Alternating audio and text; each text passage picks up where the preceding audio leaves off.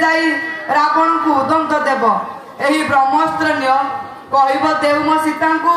बाहुरीण जीवी मुई अयोध्या देश को जदि सीता को फेराए न फेराए तार सबंश सहित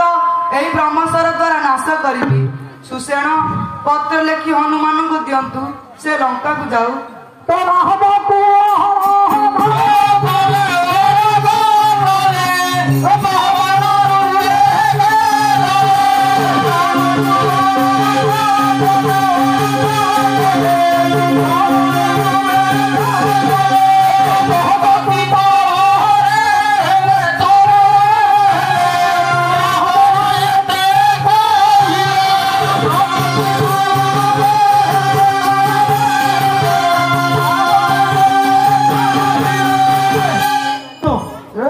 शीघ्र उठी जगती उपरू पैरा पानी प्रभुंर आज्ञा पत्रिका घेन शिर पर अरे पद्म भव वंशज पत्र पाठ करो पद्म बांधव वंशज चंद्र सीतानुमुदिन बढ़ाइछु पद्मवन परिकर वंश जे सीतापति सीतकाकर सदृश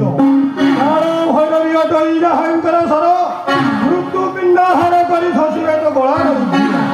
जदि चाहू भलगति